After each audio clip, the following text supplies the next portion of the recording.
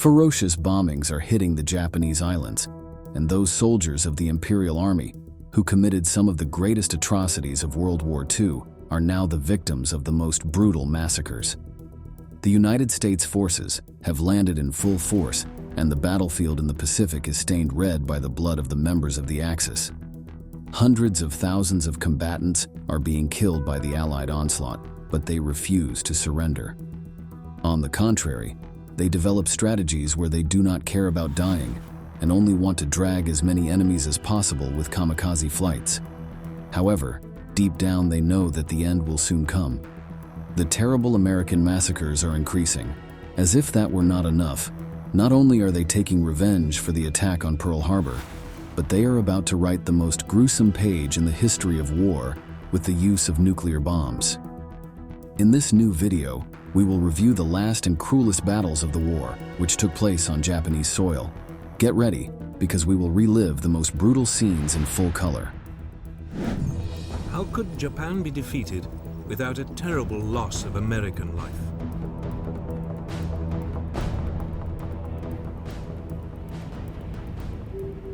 The country would eventually turn to the most powerful and dreadful weapon ever seen. A weapon that would change the course of war forever. December 7th, 1941 was not just another date in the history of World War II. Shortly before 8 a.m. on that day, 353 Japanese aircraft that had taken off from the Imperial Navy's aircraft carriers attacked the United States naval base at Pearl Harbor, Hawaii. The military offensive damaged 8 battleships, 3 cruisers, 3 destroyers, a training ship, and a mine layer.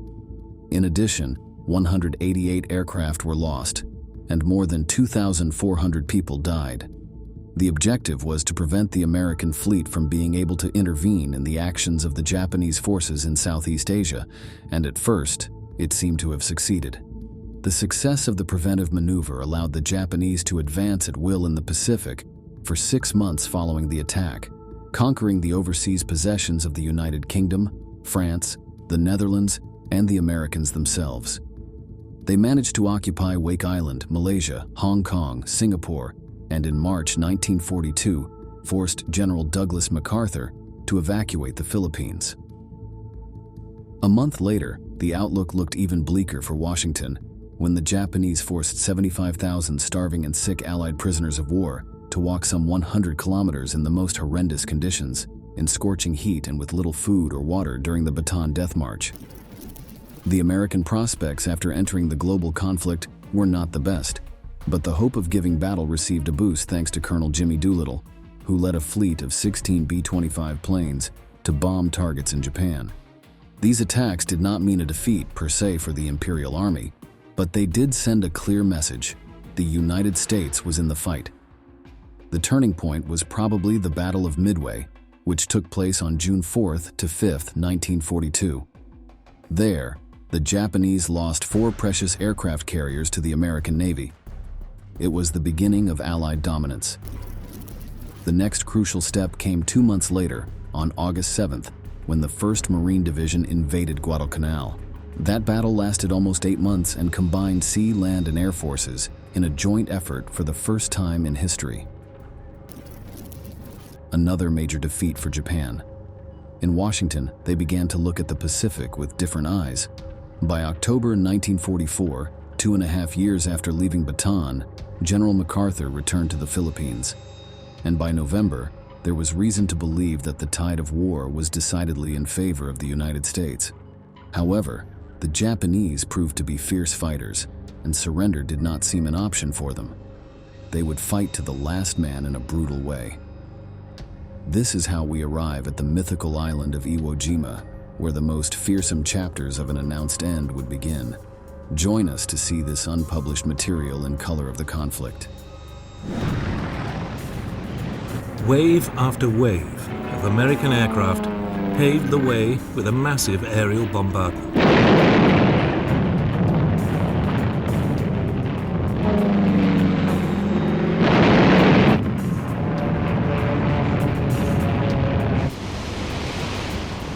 Then, on the morning of February the 19th, 1945, the guns of the Naval Task Force began one of the most prolonged bombardments of the war.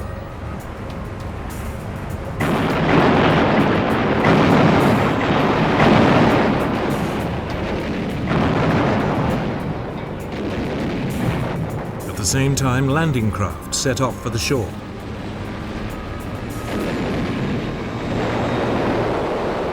This is how American forces reached the islands.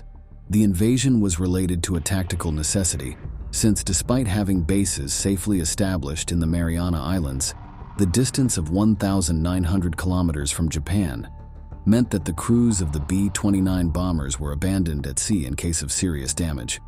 For this reason, attention focused on the small island of Iwo Jima, halfway between the current bases and the objective.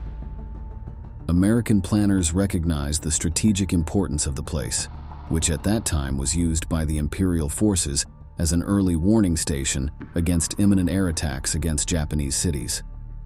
If they managed to conquer this portion of land, the Americans would have airfields for emergency landings, but it would also be a position to group the escorts of P-51 fighters or ground support systems to protect the naval fleets in the waters of the area.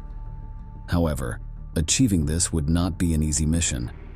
Japan's commanders knew the strategic value of Iwo Jima, which is why Lieutenant General Tadamichi Kuribayashi had been appointed to command the island in May 1944.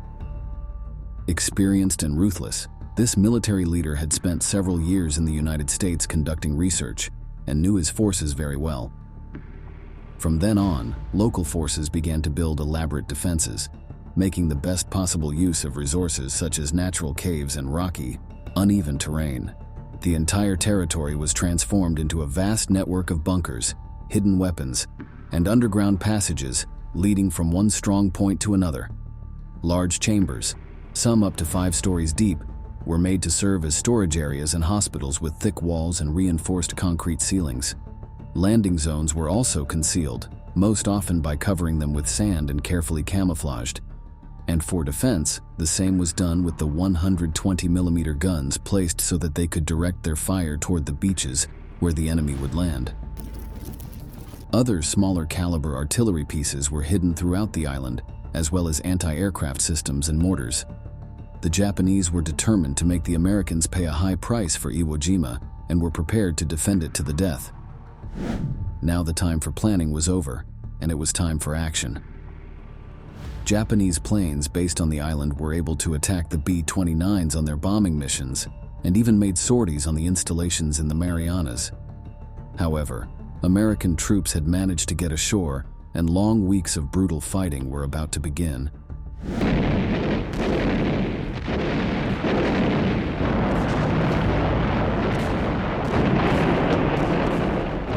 For 3 days, Marines clawed their way up the steep, pitted slopes. They were supported by a constant air and naval bombardment from the invasion fleet.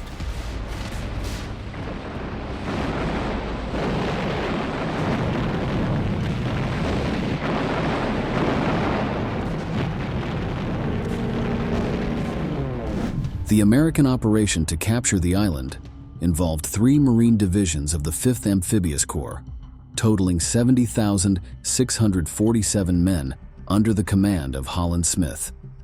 The intense bombardment prior to the landing only drove the Japanese underground, rendering their positions invulnerable to enemy fire. In fact, the concealed weapons survived the attack with virtually no losses. On the morning of the American deployment, some 30,000 men began advancing up the southeast coast near Mount Suribachi, where most of Iwo Jima's defenses were concentrated. As soon as the Marines moved inland, they found themselves under devastating machine gun and artillery fire. By the end of the day, they had made it to the west coast, but their losses were certain. Nearly 2,000 combatants had been killed or wounded.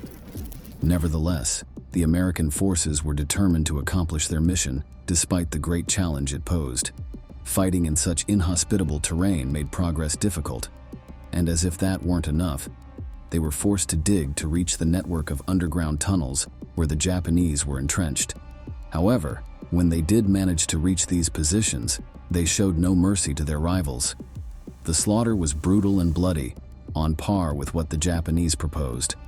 Kurobayashi knew they could not win the battle, but he hoped to inflict such costly casualties that they would slow the American advance on Japan and perhaps give him bargaining power.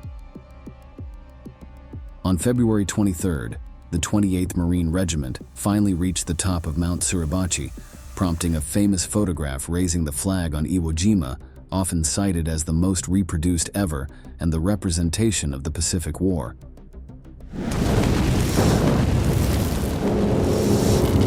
The next day, the Marines captured the first of the island's strategically vital airfields.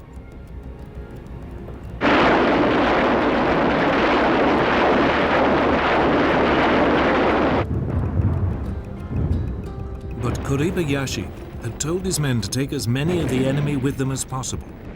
Their duty to the emperor, to die on the island.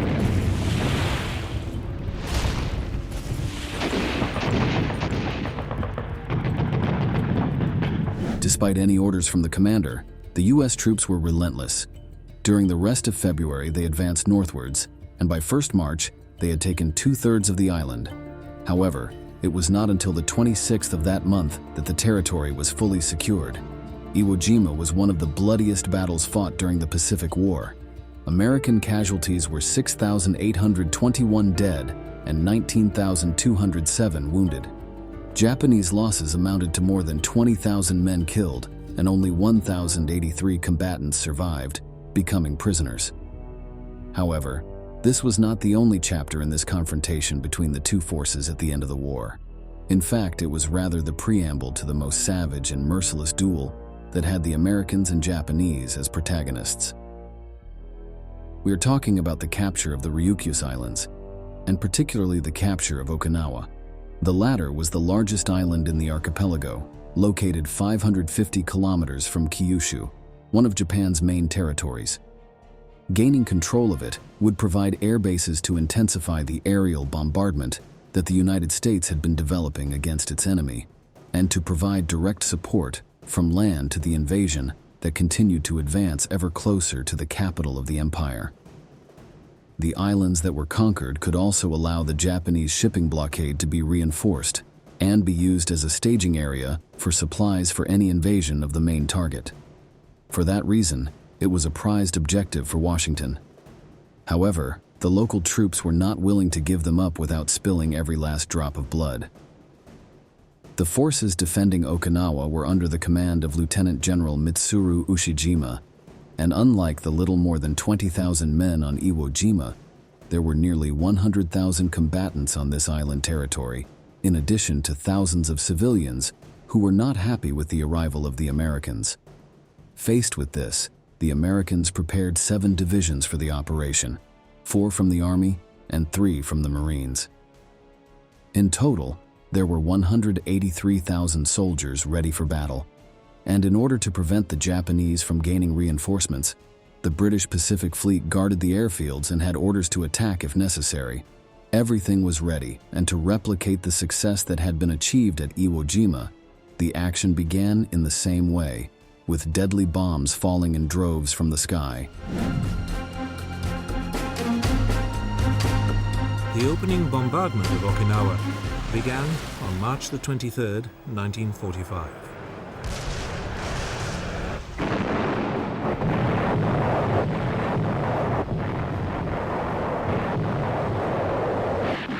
It lasted for a whole week.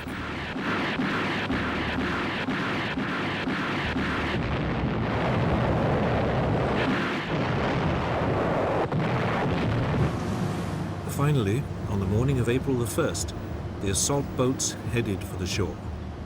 The beaches at Hagushi were the first contact for Allied fighters, who met with little resistance as they landed. The Japanese had decided to meet the Americans further inland, thus staying out of range of naval gunfire. Some 60,000 U.S. troops landed during the initial raid, seizing 2 airfields near the coasts before advancing through a narrow path leading to the center of the island. The following days continued in relative calm and without major challenges, but you could sense in the air that was about to change. The first major Japanese counterattack came on the 6th and 7th of April. The Imperial Army had learned the cost of facing Washington's forces, and they did not mind dying as long as they could cause great damage to their enemies. This led to a significant involvement of kamikaze aircraft. These were squadrons of suicide pilots who flew their Zero fighters to their targets, armed with bombs weighing several hundred kilos to cause as much destruction as possible. They were generally young soldiers, between 25 and 35 years old, but sometimes even 17-year-olds were enlisted. For all of them, it was an honor to give their lives for their country, even though the high command knew that sacrificing them only served to delay an inevitable defeat. The kamikaze attack was complemented by a naval operation that was called Tengo. The battleship Yamato, the light cruiser Yahagi, and 8 destroyers were assembled as bait to attract as many American aircraft carriers as possible. These ships also played a suicidal role, as they would end up in the middle of the explosions to degrade the maritime strength of their enemy. As a result of the Japanese fuel shortage, the Yamato only had enough to reach Okinawa.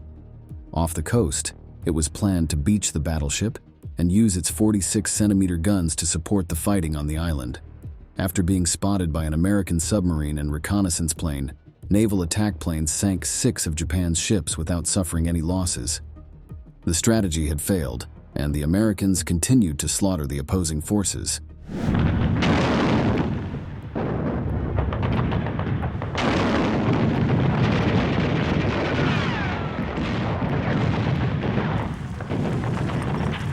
For 10 days, the Japanese held their defensive line.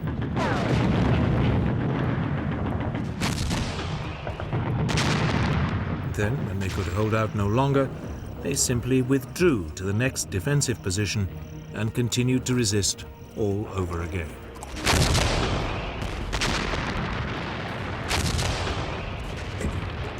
While massive kamikaze attacks intensified with more than 5,000 Japanese sorties, in the northern part of Okinawa, the US troops met only light opposition, and the area was captured within 2 weeks. However, Japan's main defenses were in the south. There was fierce fighting against well-entrenched forces, and although the Americans were able to advance, shedding a great deal of blood along the way, they did so very slowly. The slaughter was brutal, but that did not succeed in subduing the local fighters. Several more weeks passed until Shuri Castle, the center of Japanese resistance, was captured on 29th May. This represented a strategic as well as a psychological blow. Little by little, the Imperial Army fell. Organized opposition held out until 21st June, and from that moment on, many of the Japanese soldiers abandoned their posts and tried to hide on their own. However, they were eventually found by the enemy, who tore them apart mercilessly. The campaign was not declared over until July 2nd, 3 months after the landing. This was much longer than the Americans had expected, and it also came at a higher cost. Still, the Allies were encouraged by the success, which ended the battle for Okinawa with 12,520 dead or missing and 36,631 wounded.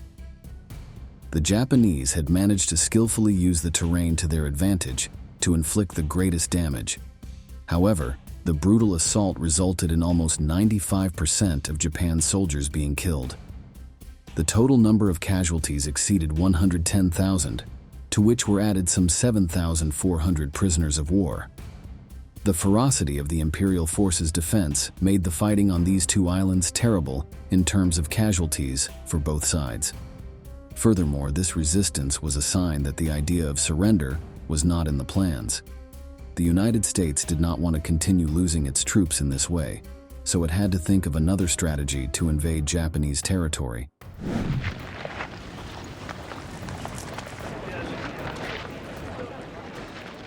The victory at Okinawa meant America's military planners now had to decide what to do next. Despite shattering defeats, the Japanese still showed no sign of surrendering. Some US commanders argued for a continuation of the firebombing campaign. But by the summer of 1945, it was clear that bombing alone would never defeat Japan. An invasion seemed unavoidable. But the question was, at what price? General Curtis LeMay's B-29s had showered Japanese cities with napalm bombs, a high-tech incendiary jelly that destroyed 25 square kilometers of Tokyo in less than 3 hours. However, the stakes had to be higher, and the world would learn about the most fearsome weapon ever invented. Its development had begun several years ago, and the goal was to build it before the Germans or the entire planet would fall to the Nazis. Now, with the Third Reich defeated, authorities in Washington were debating whether this terrifying piece of weaponry was what was needed for the Japanese surrender. The answer to that question is today one of the most devastating milestones in history. It came on August 6, 1945, when the United States dropped an atomic bomb on Hiroshima in the first nuclear attack of all time. In a press release issued after the attack, President Harry Truman warned Japan to surrender or expect a rain of ruin from the air such as has never been seen on this earth. He was not lying. On August 9th, the second bombing of Nagasaki took place. Between 140,000 to 240,000 people died as a direct result of these two attacks, and many more have suffered the consequences in the following years due to exposure to radiation. A day later, the Japanese government authorities asked Emperor Hirohito for the country's surrender, since he was the one who had to make the final decision, and he accepted it, leaving a grim message. If we continue to fight, it would not only result in a final collapse and destruction of the Japanese nation, but would also lead to the total extinction of human civilization. August 14th is considered the end of the Pacific War, the brutal chapter that culminated in an equally cruel and bloody war. Now, after having learned about these terrible battles that defeated Japan's fierce resistance during World War II, the time has come to say goodbye. Thank you very much for joining us. We look forward to seeing you in our next installment of Military History.